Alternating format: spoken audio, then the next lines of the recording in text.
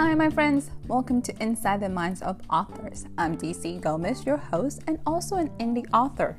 I'm thrilled you're joining me today for another fun interview with a passionate author. We're going to kick off this show with an exciting reading, so let's get started. Hello, my name is Cody Wagner, and I am the author of The Gay Teen's Guide to Defeating a Siren trilogy. In a nutshell, it's about a teenager who comes out of the closet. His parents drag him off to a horrible pray-away the gay boarding school. But when the parents leave, the school reveals it's a secret refuge for gay teens, and he gets to go to a secret gay high school. And I am going to be reading to you the first just couple of pages from the first book as a little introduction. And might I say, I used to read this regularly, and it's been several years since I've read from book one. I was going to practice it, but I was like, you know what? Let me just jump into it and see if it's surprising for me. And it's either going to be cool or it's going to be like when those kids first learn to read and they're like, I went to the store and got some jam. So here we go. Chapter 1. Yag me. Yep, I'm going to hell. I mean, who in their right mind gets excited about a funeral? A funeral in Pomada, Texas, the world's redneckest hole in the wall. Me, that's who. And I wasn't just excited, I was ecstatic and terrified. Those are two emotions you're probably not supposed to feel, but sure enough, they were there building until my legs river danced in the backseat of my best friend Kyle's car. I shook my head, nodded a fingernail, and glanced around. Kyle's dad gripped the sun-cracked steering wheel so hard his knuckles whitened. Next to him, Kyle's mom had been staring straight ahead for what seemed like hours. Kyle kept adjusting the rear AC vents and rolling his eyes. I couldn't blame him for being bored. Neither of us knew his uncle, the guy who died. Unlike me, Kyle didn't have an ulterior motive. Get in the parking lot, you jackass, Kyle's dad honked at a red four-door. I jumped in surprise and banged my elbow on the window. That's my cousin, Kyle's mom shrieked. Kyle's dad gestured at the car like it was evidence in a big court case. I think they have more important things to worry about than parking 2 seconds faster, Kyle's mom said. I rubbed my arm and grinned. Whereas my family reeked of corny dad jokes, Kyle's was crude and entertaining. Kyle's dad whipped into the Williams Funeral Home parking lot and jerked into a spot. The car lurched forward and settled back like we were in a slingshot. I let out a huge breath, unbuckled my seatbelt, and opened the door. Suddenly, I was flying out of the car and crash landed on my hip. I yelled, already feeling the summer heat seeping through the asphalt into my slacks. I looked at Kyle, who lay on his back in the car, legs outstretched. He'd catapulted me out with his feet. Are you okay? He said, faking sympathy. What happened? Blaze. Kyle's mom peered over the car at me. All right, I have to stop for a second and admit that, yes, my name is Blaze Trails, pronounced Blaze Trails. I've had so many stupid nicknames, and it put all this undue pressure on me. Don't be like everyone else, my parents would say. Make your own path. It's in your name. Okay, I guess I did make my own crazy path that year, thanks to Sanctuary, the Siren, and the Seeker. Little did I know the insanity was all about to begin. Kyle's mom yanked his door open and dragged him out by one of his gigantic ears. I didn't do anything, he said. She pushed a finger into his face. I'm not in the mood today, you understand? Kyle faked his best apologetic look, but flipped me off behind his back. I knew this game and would normally be plotting hardcore revenge. However, I wasn't in the mood either. More than ever, I needed to come off as mature, and I went to unleash my feeble wrath. That's when my gaze shifted to a group of about 15 people, all dressed in suits and headed to the bleached, ranch-style funeral home. Every atom of irritation evaporated and the nerves returned, blasting straight at my spine. Are they gay? There it is, my big secret, the reason I was so freaking thrilled and petrified. See, rumor had it Kyle's Uncle Brad was gay. That's no big deal today. I'm 17 and have met tons of homos. But this was 3 years ago, right before my life exploded. Being stuck in the closet, I'd never seen another gay person. Everyone in Pomada was straight and two-step together, and I hoped beyond hope that Brad's gay friends had driven into town. That's why I invited myself along.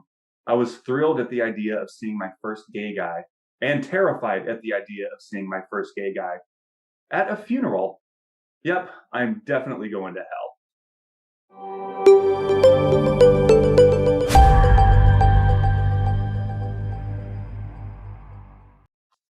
Hi, everyone, and welcome to another episode of Inside the Minds of Authors. And yes, it is still birthday week celebration. Woohoo!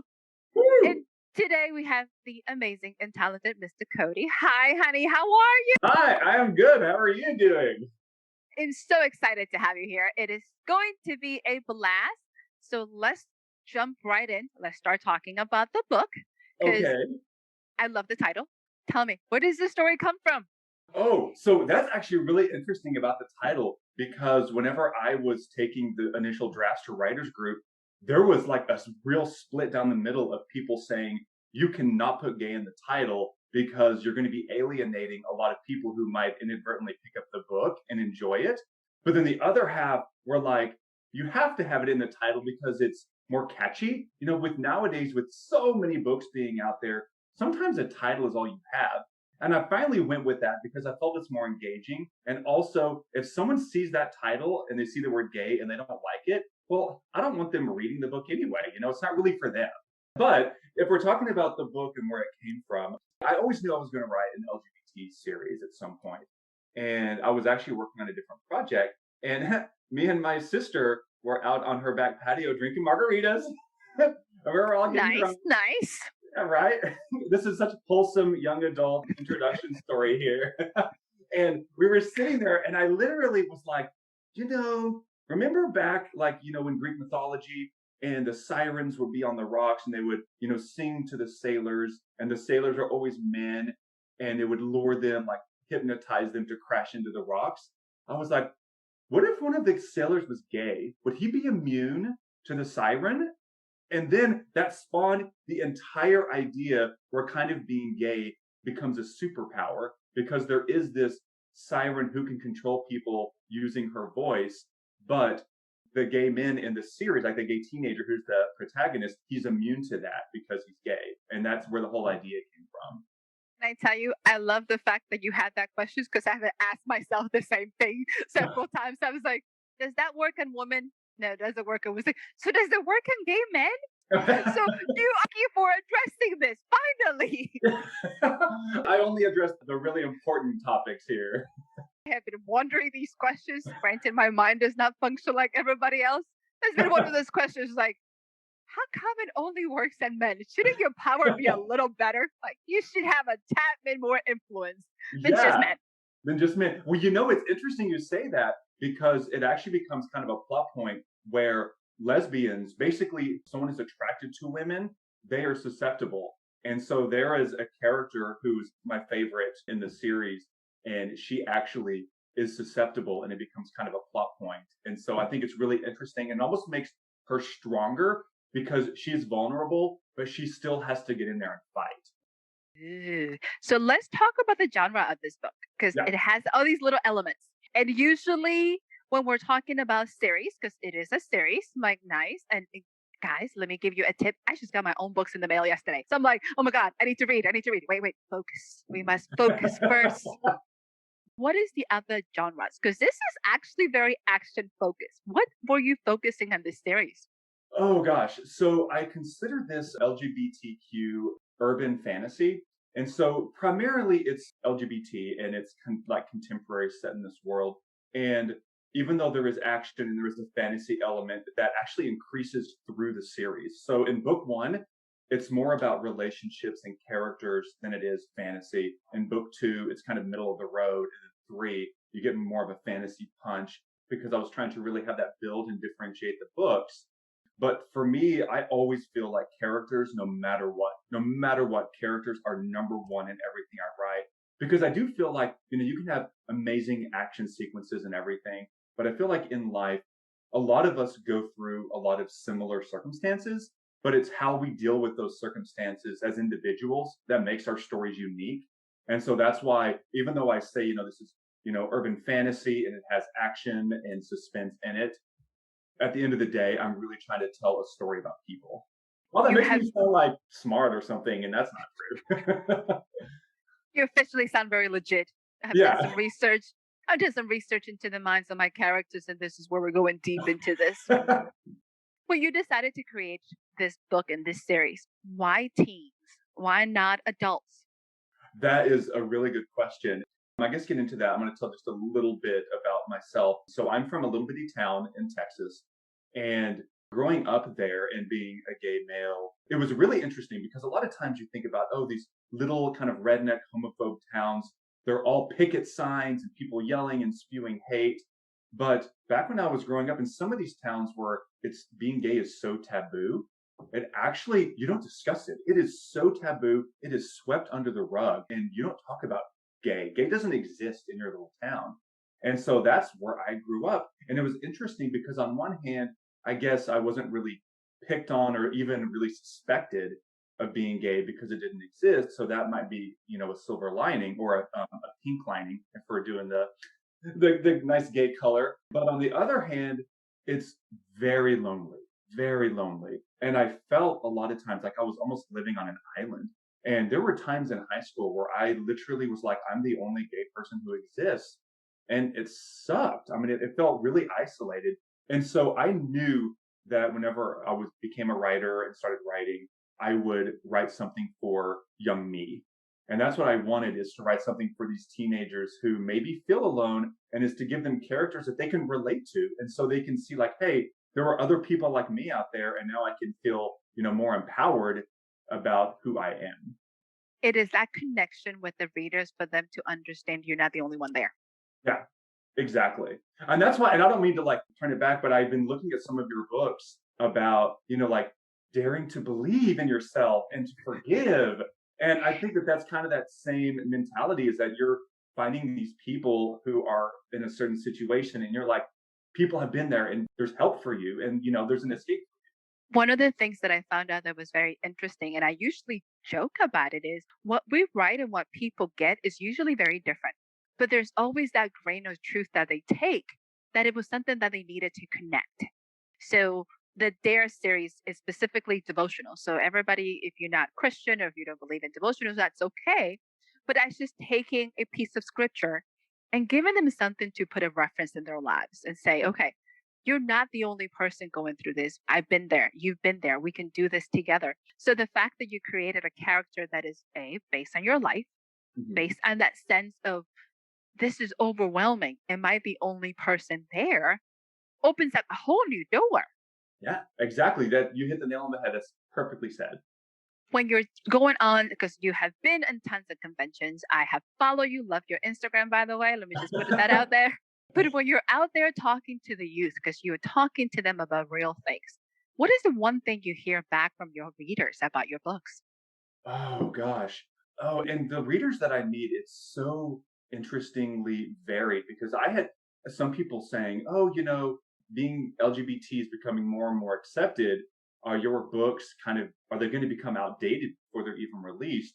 But oh my gosh, I run into so many different types of kids. I run to the ones whose parents are there cheering them on and they buy my books, or they might buy the first one and then they come back the next day and they were like, "Oh my gosh, I have a friend going through this." And it was so touching, but it was also so funny because I try to put a lot of humor into my writing as well, because I think that's why I write it from a 17-year-old writing about his life 3 years ago. Because I think when you're in a moment and things are bad, you can't see the humor in it. But when you're writing about it in hindsight, you can start finding some of the funny stuff that's in there. And so they'll start connecting with that. And it's really nice. On the other hand, sometimes I get readers. I had a girl who came up to me and she was with her mom, and she was actually really rude to me. And whenever they left, she snuck back like half an hour later and she was like, "I'm so sorry. I'm actually bi. My mom is so homophobic. I can't come out to her. And I want to apologize for how I treated you. And I want to read your book." But she did say that I can't buy it because it has the word gay in the title, which is why I've actually considered doing like a privacy version, which would just be called The Teen's Guide to Defeating a Siren. So for those kids, who may not be in such accepting households. But I think that's why the response that I get can range. It can be like, "Thank you for giving me something that I needed," or "Thank you for this really fun escape," and kind of everything in between. I think the fact that people need to be okay with it. It is okay to have these ranges of emotions, especially Yeah, for 17-year-olds. How exactly. we have met them. It's that age that you talk to them and it's like, well, how are you doing? And the answer's like, "Ugh," and head tilts to the back. And you're going, I know that's the universal sign for something. I just don't know what that something is. I Yes, joke exactly. all the time. every teenager I've met between the age of 16 to probably 19 always ends in death. I'm going to die. Yeah. Everything is in absolutes. Everything is exaggerated. Everything is do or die. And I love that thing you said about like a lot of times you get those teenagers, you know, they're like, ugh. But how many times later are their family or something like, yeah, they really liked you. And I'm like, they did? That's how they show it. As an adult, I wonder, was I like that when I was a teenager? And then I have to realize, no, I hope not. It was not me. No, maybe I was. Yeah. Maybe that age. I was too awkward and oblivious as a teenager. Oh my gosh. Oh, I have stories about how I was. Those are the best ones. And by the way, those are the ones that make your characters real because you can connect at a different level. I always thought all the popular kids truly thought they were popular. Until you talk to them now, it's like, I was such an awkward kid. I was like, did you go to the same school? Because you are not that person. But we all look at our world from a different perspective. So it's fun that you're bringing this to the table. How long have you been writing? Let's get into the juicy of Cody. How long has this journey been? I actually have been, let me just say, creating since I can remember. I've always loved to act and to sing and to write. And with writing, I remember I got so into Nancy Drew as a kid. And I went to this little bitty Catholic private school. And so because I remember there's the stereotypes where people like, oh, you read Nancy Drew. Typical. And I'm like, don't stereotype. But also the library that we had was Bibles and then Nancy Drew. And like that was the entire library. It was ridiculous. And I got so sucked into it. And so I started writing Nancy Drew fan fiction. And I was writing about putting Nancy into more perilous situations because I felt that it was a little tame. And I wanted her to encounter some real danger because I thought it was really exciting. And so that was where I started. And then I finally netted out, like, I was like, where is this creativity coming from? Like, what is this need to do this? And then I finally realized, and I'm such a late bloomer. I was like 30 when I realized this, where I was like, you know what? Why I do this is I like to make people feel. Like for me, that's 100% about what creating is about, is making people feel something. And whether it be, you know, sadness, humor, anything, that to me, there's nothing better than someone coming up to you and saying, wow, you've made me laugh or cry or whatever. And that was where I really started gravitating towards writing, because that's like the ultimate medium where you can really take someone on such a journey that they feel. But then I also do have to point out is I also kind of am okay at knowing my strengths and weaknesses. And I also realize that I am a terrible actor. I'm not making people feel anything except for disgust. And so that's why I was like, okay, let's stick with something that I love, that I can actually am a little more skilled at. Like the fact that you said I'm a terrible actor. I have a background in filmmaking. One of the classes we're supposed to take is acting. So I learned very early on that I suck and that I hate it. It wasn't like I wanted to do it. I am terrified and I'm horrible. I actually passed the class, thank the Lord. But I have a huge appreciation for acting because I'm like, this is a lot harder than people think. It is so much harder. It is so much harder. And especially when the second you start getting in your own head, then you just get worse and worse at it too. And there's a difference between film, television, and plays. Yep. Those acting styles are night and day. So I went to a very artsy school, right? So I'm surrounded by amazing actors. They make it look so natural and easy. You're like, oh, I got this. And then you get there, like, I am a train wreck. Awful. So the fact that you loved it and then can say, I'm not very good, I respect you so much, because I didn't have either one of those. I'm like, this was not a fun experience at all. I want to see if there's like film of you now, because now I kind of want to see you like acting and to see what it's like. In my mind, it's like watching paint dry as a robot. Like that's all I can express. It's like this awkward movements on stage, which is funny because everybody's like, but you're so animated. I was like, you don't understand the connection between my head and my mouth and these lines. They're not meant to be. That's not my role. You hit it so perfectly, is that you can, like me, I'm super goofy and extroverted, but something happens when you're supposed to be reciting lines on a script. There's a disconnect between people's brains who aren't natural actors, and it's hard. I am not a method actor. I cannot become these people and then switch back to myself. Yeah. Myself is too much to begin with. Picking up somebody else. In this journey of writing and in this journey of your creative world, because you can tap up in so many different things. You can sing. I should like post a video of me singing first before you say that. It's going to be like, ah. Every singer who says that, you want to smack them because they're really good. You're like, oh, please. So, in this creative journey, what are some of the things you have learned? Tell us about that. Oh my gosh. I started off with like no knowledge at all. And so I've learned so much, one, about the process of writing itself. Whenever I first sat down to write, I would write a page and then go back and edit that page and then go back and edit that page. And then a month later, you're still editing that page. And so I learned kind of those basics of writing that work for me. And everyone is going to have those things that work for you, maybe not for someone else. And so for me, I learned, hey, sit down, write everything out from beginning to end, never look back. It's going to be garbage. Like doing your first draft, it's going to be trash, but it's going to be there. And then you can go back and you can start focusing on finessing it. So I learned more about process for me. I learned about less is more. And that's a big thing for me is I'm super verbose and I write and try to cram in way too much. I've learned a lot from other writers about if you word things the right way, in one sentence, you can say something that is as impactful as a paragraph.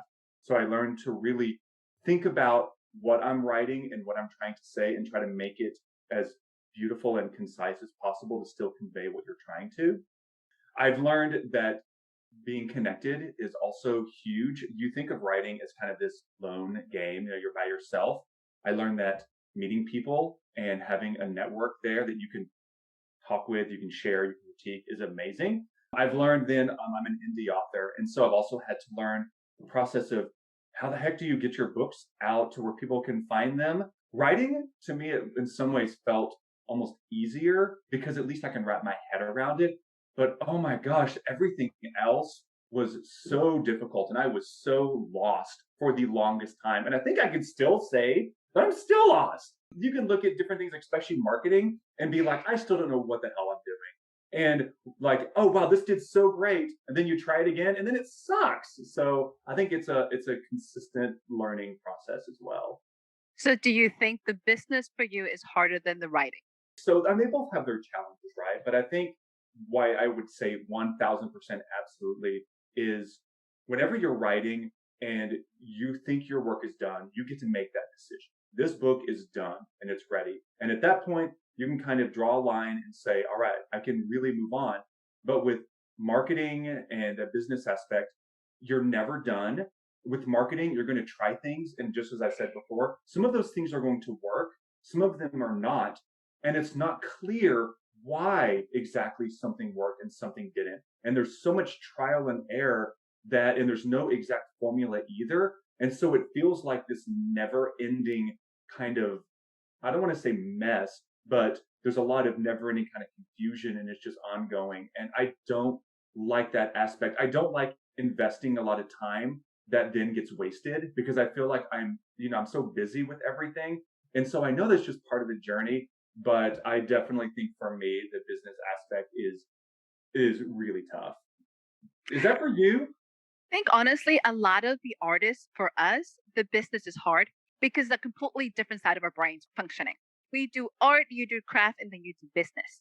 And then the business has the same parts. Like there's an art to it and there's a craft to it that takes a little longer to learn. Yeah. And I think we have been brainwashed to believe that sales is salesy and sleazy. So we have a hard time, and I say it personally, attention on me scares the hell out of me. Like it makes me very self-conscious. I'm like, oh, so I had to overcome the concept of being in front of people, not a natural inclination for introverts to get in front of people to talk about it and then want to brag about it. We tend to fight it. I would say that even holds because I'm one of the rarest extroverted writers, but I feel it's really weird in that, like you really hit it there, is I can talk forever about other people, but talking about yourself, almost like read my books, they're amazing. I feel like you can't call your own work amazing. It's up to other people to like it, but it feels so icky to me to really brag about myself. There's just this inherent to it. And that's something too you have to kind of overcome to be like, well, you've got to be proud of yourself and be able to at least boast that. We're still brought up in a very Puritan society. And that's not one of the values we're raised upon. We're still believed to be very humble, which is important, and very down to earth, which is great. It is horrible for a marketing plan. That is not going to work. Like at some point in time, you're like, this is not working out. You don't want to talk to anybody. You're terrified, and then you're nervous, and you don't want to be pushy. And they're like, nobody's buying my books. Like, that's because nobody knows you have a book. You haven't told them. And it's interesting because as much as we love our books and we love talking about our books, when you put us in a stage to talk about the books and brag about it, we officially don't know what to say. We just kind of looked at each other like, it was great. So, it's a book and it has pages. And you become very monotone and dry. It's like literally watching paint dry. You're like, what happened? So you are super animated and super extrovert. So when you decided to, okay, I need to start promoting my books, I need to start talking about it. What did you do to let that part of you come out without feeling, oh my God, I'm selling a book. How do I do this? How did you overcome that?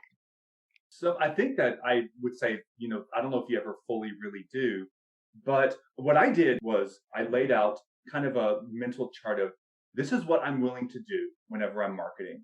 And this is what I'm not willing to do. And as long as I can accept and be okay with that, I can feel so much better at events. And it has worked wonders. So, and let me explain real quick then. So if I'm at a con and it's one that I wasn't invited to, I basically purchased a table. So I'm just another seller there. So my job is sales. My first couple of events like that were miserable because I had a couple author friends who were running up to people and saying, hey, buy my book, buy my book. And I despise like cold calling and that kind of salesy stuff. If someone comes up to me, I can talk to them all day and then I'm so comfortable pitching my book. And so finally for those events, I was like, you know what? I'm going to stand up and be at my table. I'm not going to hide, even though, I dislike that sales portion. And I'm going to wear my special t-shirt and smile. And I'm just myself. I'm going to be me and I'm super silly and goofy and I'm going to bring that to the table. And if people come and talk to me, I'm going to engage. I'm going to pitch and try to get them engaged in my book. But I am not going to be the person who's running after people with my book. And I have friends that do that. And I am envious of them that they can run up to strangers and be like, hey, look at this book. I am not going to do that, but I have to be okay with that because I am not going to put myself in a position where I'm that miserable. And once I did that, that's fine. So it's about setting boundaries for yourself. And that's why, like, whenever I'm invited to an event, like the author panels that we have done, those are where I'm in my element because you're there. And that's where I love to be asked questions and getting involved that way. And then in the online world, that's where, you're not face to face. And so I am fine posting pictures in social media and reaching out and doing ads about my book because it feels a little different. But again, for me, it's about setting boundaries for myself. I absolutely love that. And most people don't think about their own personal sanity. Let's be honest, because you can go down this rabbit hole and drive yourself insane and then hate the entire mission and journey. How did you feel when your first book came to you and you held it in your hand? How was that feeling? Tell me. Oh, gosh. This is going to be like a mixed reaction, but there was that part where, I cried. Whenever I opened the box of books, like my first one, I cried because, that first book is a thing and I had no idea what I was doing. And to be able to come that far was just amazing. And I think you're also like people want to, revel in that, but there's other feelings because one, you're also very nervous because you want people to read the book. You've created something, you spent all this time. So there is that feeling in the back of your head of now, like, is this going to fail? Are these books just going to sit here and gather dust forever? Was this worth it? You get nervous about it if it's going to get out there.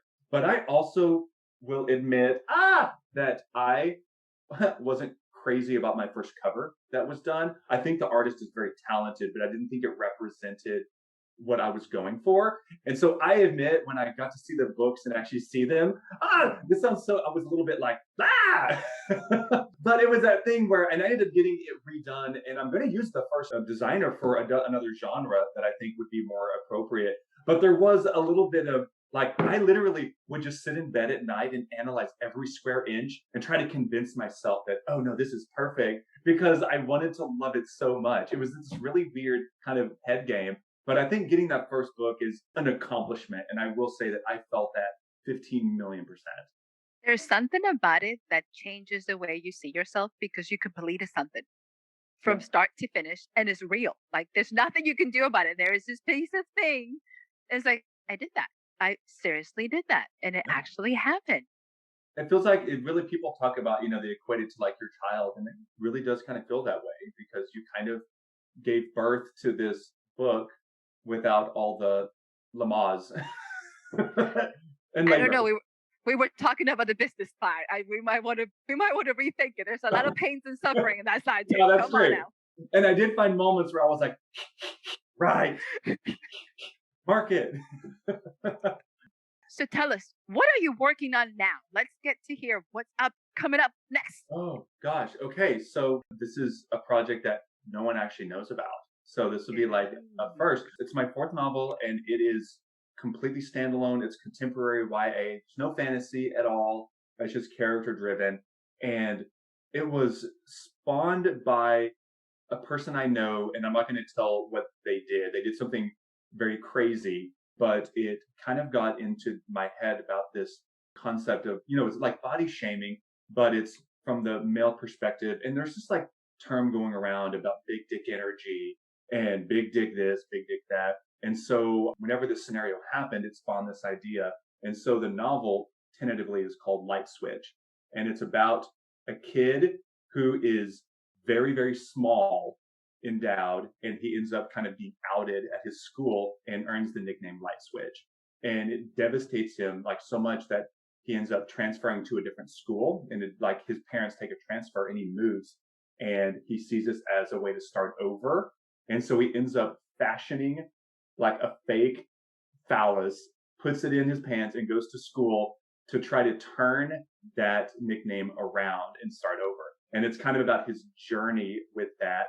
And then, to kind of come up to terms maybe with self-acceptance. And so I just thought that idea was interesting, especially given how much you see about that in the media.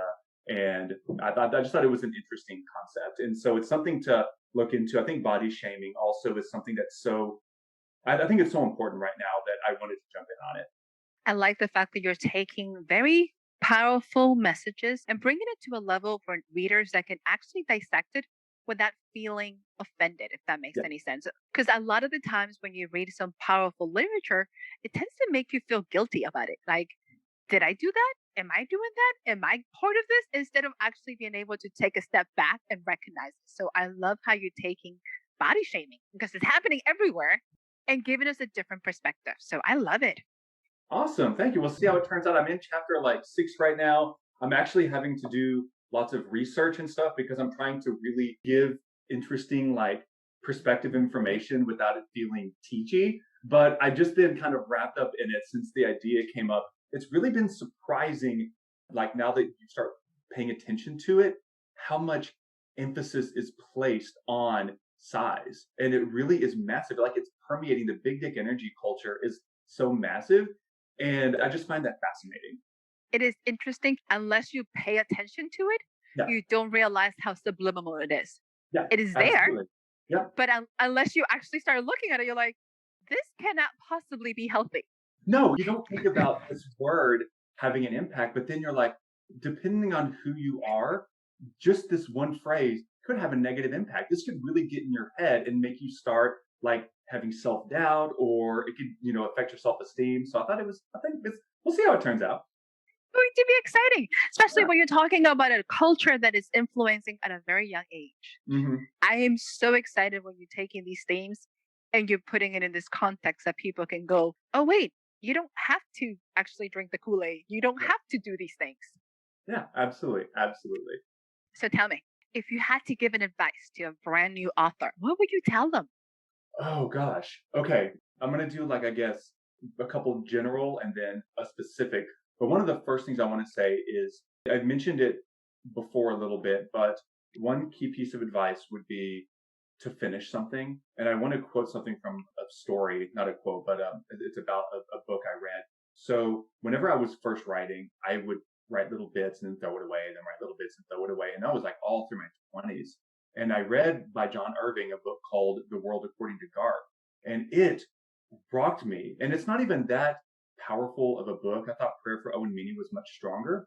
But in the book, he's an author and he becomes famous.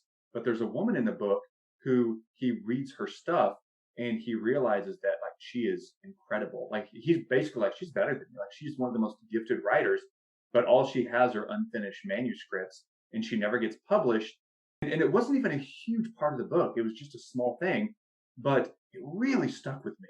It was like, wow, it doesn't matter how gifted you are. Probably a common thing. If you don't put your work out there, no one's going to see it.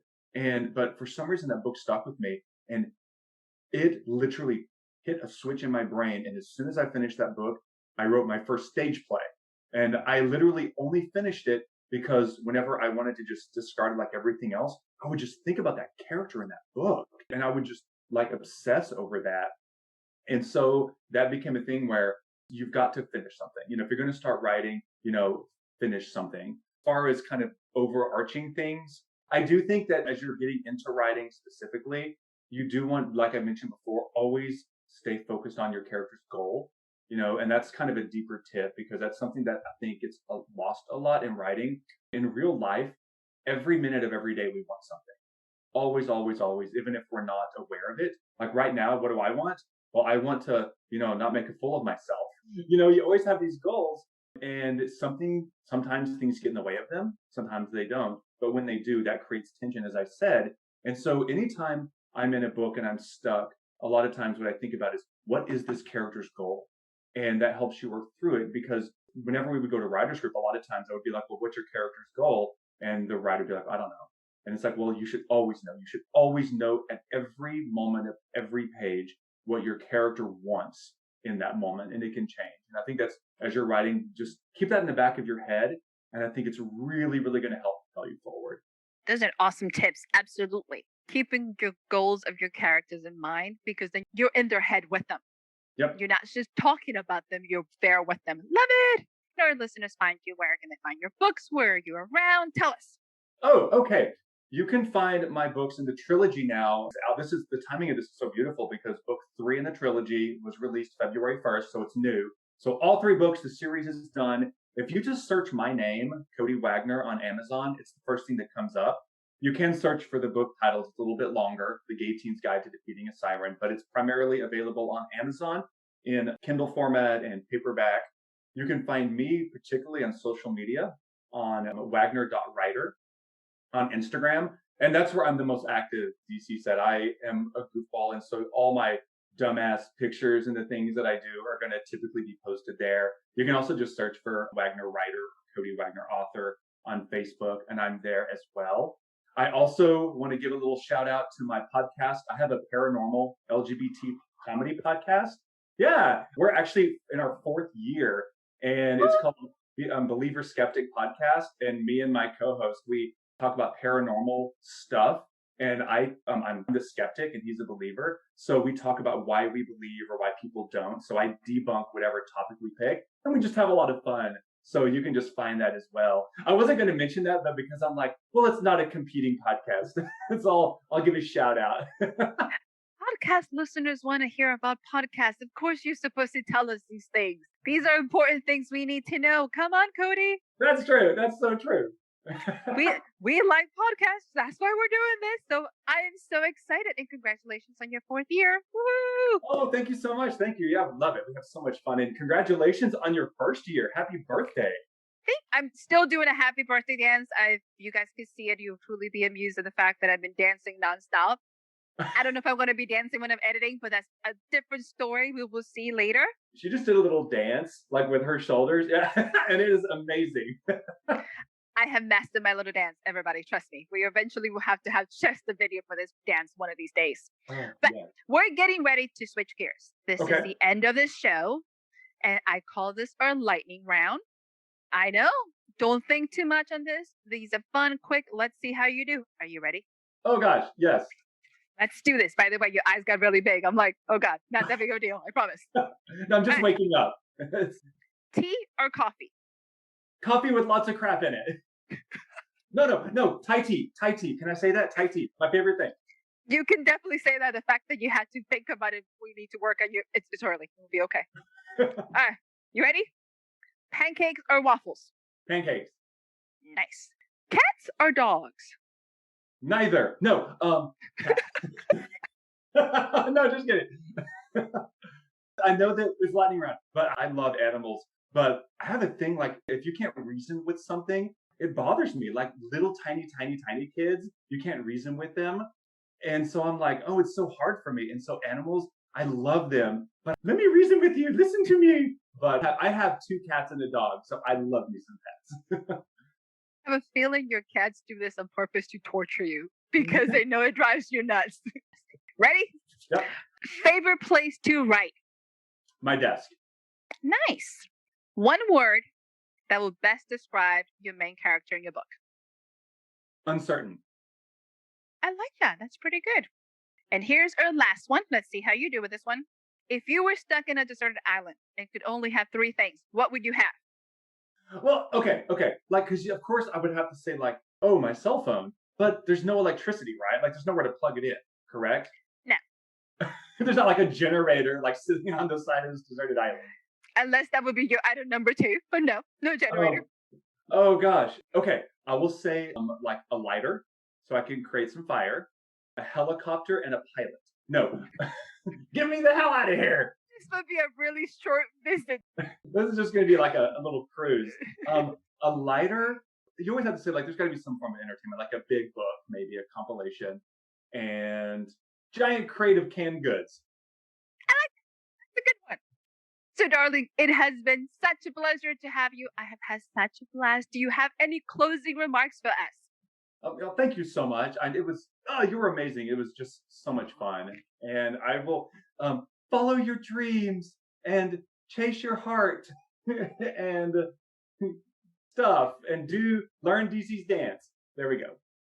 Darling, a pleasure. So much fun. Thank you for being here in our birthday celebration. Thank you. Happy birthday. Oh, there it is. Happy birthday. I did not get what my friends call the gay dance gene. Because, like typically when you go to like a gay bar, like all the gay guys are all tearing it up. And I did not get that. And I'm like, we need to actually get you some lessons. We got you covered. We will save you. God. Let me know when you're ready. People try. Can I finish with a quick story? Tell us. Wow. This is my dancing. So I was at a gay bar and I'm dancing. And there was a friend, not a super close friend, but a decent friend. I'm on the dance floor. He comes up and he looks at me. And he looks around and he goes, who are you making fun of?